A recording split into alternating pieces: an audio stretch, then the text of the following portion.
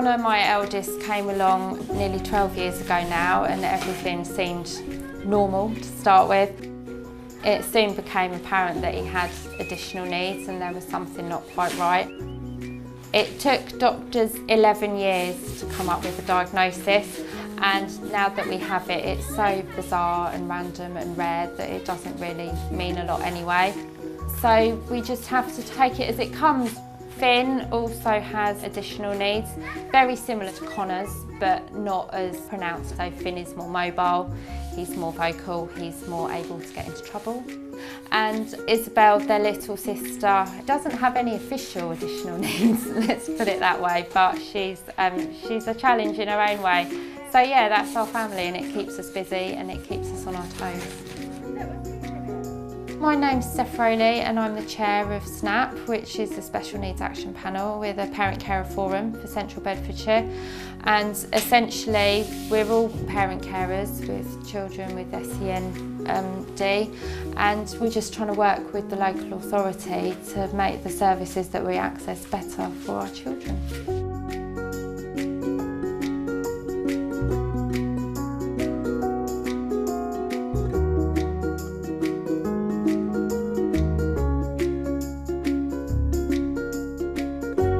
SNAP is an organisation that was set up by a group of parents basically to work with the local authority to implement the Children and Families Bill that came in September last year. SNAP is a way for parent carers within the county to get involved in the way that services are designed and delivered for their children within their local authority area. My son Henry was diagnosed with autistic spectrum disorder when he was 4. He's now 13. So for the majority of that part, we've had a statement of educational needs for him, which is, because he's quite high functioning on the autistic spectrum, it focuses more on in-school support rather than anything like accessing services outside the schools. Samuel, my son, is 16 now but was diagnosed at 3 with autism. He actually has low functioning autism with quite a few communication difficulties and a fair amount of challenging behaviour.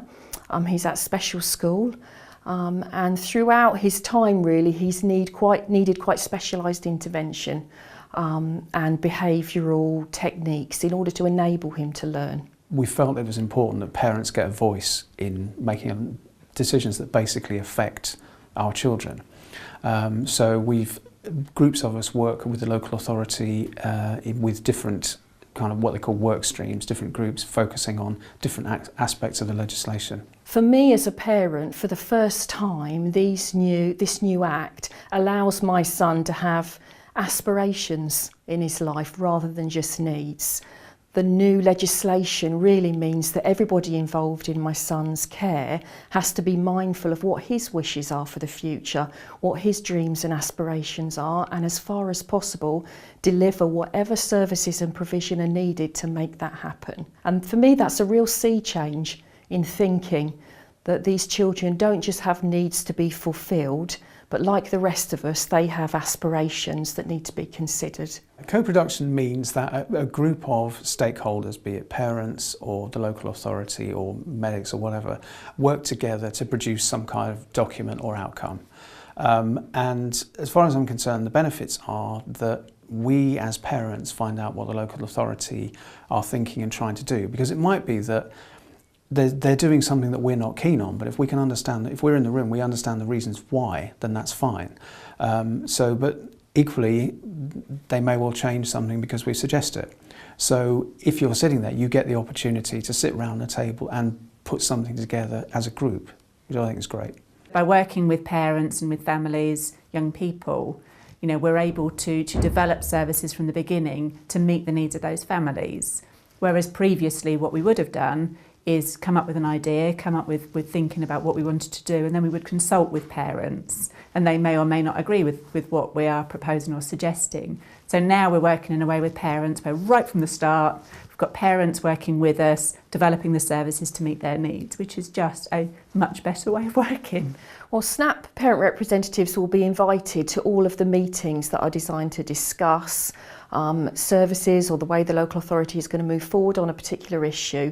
They normally meet quite regularly, and 2 parent representatives will be invited along to those meetings to really give the parent and family perspective, so the local authority can make sure that the decisions that they're making are actually going to meet the needs of those families and the disabled children that they look after. The work that they've done with families, supporting families, training parents to be part of that process, has enabled us to work effectively together, have the challenging conversations that we need to have, and develop the way of working accordingly. So they have been instrumental in amending the way in which we work, the policies, the procedures, kind of informing the direction of travel, so that together we can make the difference for children and young people in Central Bedfordshire, both now and into the future. And not just for those families who have children with education, health and care plans or statements of special educational need. We want to make a difference for those families that have children with lower level needs that do impact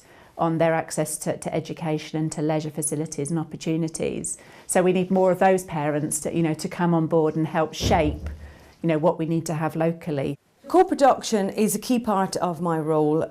So the Council and Bedfordshire Clinical Commissioning Group recognise the needs to co-produce services with parents and service users. So we recognise that if we are to continuously improve services, then we need to draw on that wealth and experience that service users and families have, and to identify what they think, what the strengths of the current service are, what areas may need improvement, and also what potential gaps they are. Because we're sitting in the room, we get a chance to say to the local authority, well, actually, that sounds great. Have you considered this? Or stuff that they've not necessarily considered. And it also gives us a chance to see that the local authority are not this faceless entity who are determined to hinder everything you try and do, but you do have a chance to work with them to help you and your children. A parent round the table when they're making those decisions about, the services that we access or the literature that we're going to be reading or all those things, having a parent there, it brings that connection back that this is real families that they're working to help. In terms of the council, as I was saying, it's easy for them to think, right, we've delivered a website and it's up and running, so that's objective done and we move on to the next thing. But when you're in a room with a load of people who are going to use it, then you find the advantage, I think, in that circumstance is that they can say, yes, this is really good, this aspect isn't, could you develop this, could you change that? So that it then becomes a real thing rather than just an objective to tick a box. My eldest daughter has got ADHD and traits of Asperger's. The benefits of co-production are going to be that, first of all, that parents are going to be able to understand some of the literature that comes out, because I think in the past everything was been written by the council and you couldn't make head and a tail of it. A lot of people who've got a special needs child, they come from all spectrums of life and they may not be a solicitor to be able to understand the language that people are using. And when things need to be set out in a very easy to read format so everybody can understand exactly what they're entitled to. And I think a lot of this co-production is basically putting things into a language that everybody can understand. Just by having parent carers involved in the processes, I think that makes it a lot more parent carer friendly and should hopefully make the systems a lot easier to negotiate because parents have been there in the design of them, and so it's just easier to understand. It's not just about cultural change in the council, it's cultural change within our schools, within our early years providers, within our leisure services, within every part of Central Bedfordshire and the organisation. Every young person should have an opportunity to do what they want and what they wish to achieve, and so this is again a cultural shift. So it's looking beyond what the skills that young person has now and looks at, well, how can we improve and develop those skills so they can achieve what they wish to achieve. I aspire to them to meet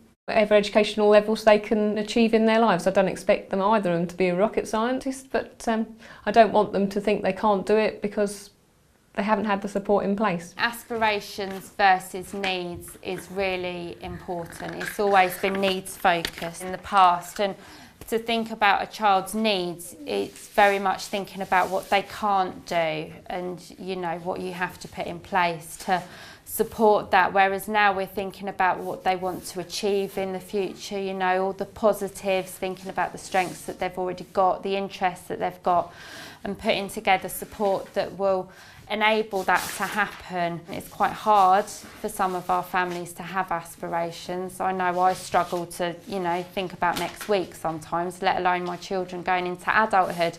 But being encouraged to do that, I think, you know, can only be good in the long term and make things better for them really in the future. I think the importance for families is that they get to make a real contribution to the development of services within their area. Many families over the last number of years may have had particular frustrations and they didn't know how to address that. So it now gives them an opportunity to make, you know, really meaningful changes. It really does work. We've done some really good pieces of work locally around information for parents, so information about preparing for adulthood and what we're doing locally there, and also information about personal budgets which are coming in with the EHCs. And that's a bit of a minefield. No one really understands how it works, and we were able to sit down and work with everyone together, and we've got a really good piece of information now that's really parent friendly and people can sit down and read it and understand it without it feeling like a bit of jargon. To other parents, I would really encourage them to get involved in SNAP. It's their opportunity to have their voice heard. And that doesn't necessarily mean they have to be in meetings. It means just making contact with the forum, getting their voice heard, and then we as parent representatives take the parents' collective voice into the local authority or the health authority so that they can understand what we as families, as a group, need from them and what our children need. By working with SNAP, you can make a difference not just to your family's life, but also, you know, other families who have children with disabilities. SNAP is a really positive forum, and the way in which they work is already changing the shape of services. So it is a really exciting opportunity, and we're really keen to work with SNAP to get more parents whose children have a whole variety of needs involved with that, because the more parents that are part of SNAP, the more voices can be heard that can influence the provision and the practices that we have within Central Bedfordshire. If anyone's thinking about joining the forum, I would say, you know, at the very least, like the Facebook page, or, you know, get in touch so we've got your email contact, and that way you're kept up to date with what's going on. For me, I've just found it a really amazing way to gain more information. You know, I know more now about the system that we're in and what's available out there, so it's a really good way not just to, you know, make things better for our family and other families, but it's a really good way of gaining information and knowledge and, you know, meeting people. Everyone says that if you want to know something, ask a parent. We've been in it, we all know, and, you know, made loads of friends, and we get a lot of information off each other. I think on an individual level, you know, things can't be done, but I think the fact that parents have got to influence how things are done and what services are available is a marvellous thing. Connor's going to be 12 this year, and now I have had a real light bulb moment and thought, oh my word, he is going to become an adult. We do have to prepare for this.